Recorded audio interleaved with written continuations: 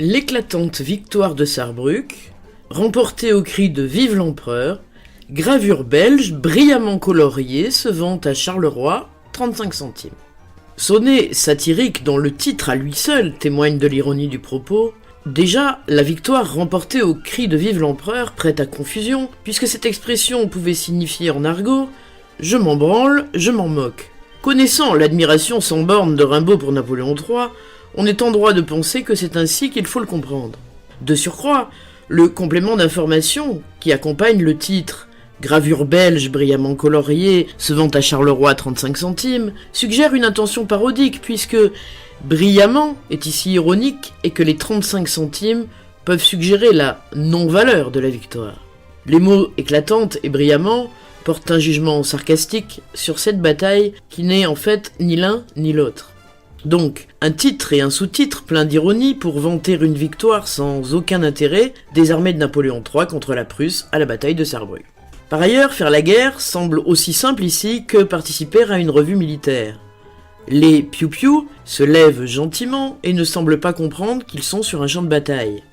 De plus, le sonnet donne à voir l'empereur sur son terrain de jeu favori. Il est doux comme un papa, s'en va raide sur son dada.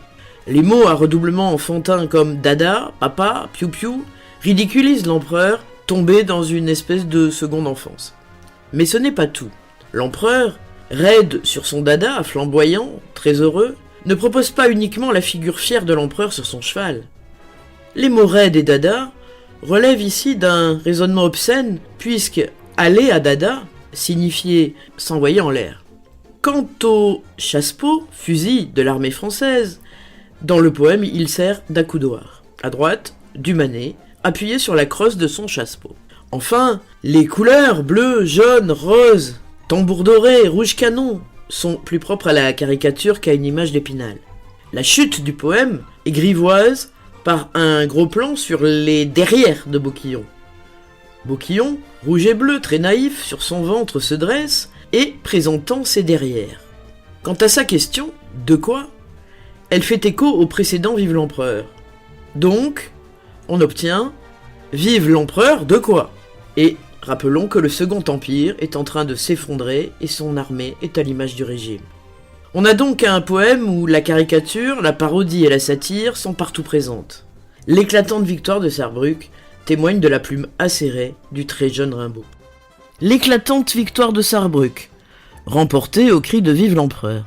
Gravure belge, brillamment coloriée, se vend à Charleroi, 35 centimes.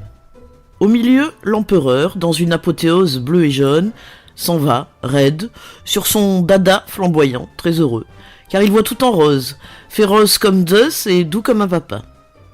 En bas, les bons piou-piou qui faisaient la sieste près des tambours dorés et des rouges canons se lèvent gentiment. Pitou remet sa veste et, tourné vers le chef, s'étourdit de grands noms. À droite, du manet, appuyé sur la crosse de son chassepot, sans frémir sa nuque en brosse, et Vive l'Empereur, son voisin reste quoi ? Un shako surgit comme un soleil noir. Au centre, Beauquillon, rouge et bleu, très naïf, sur son ventre se dresse et, présentant ses derrières, de quoi ? Octobre 1870.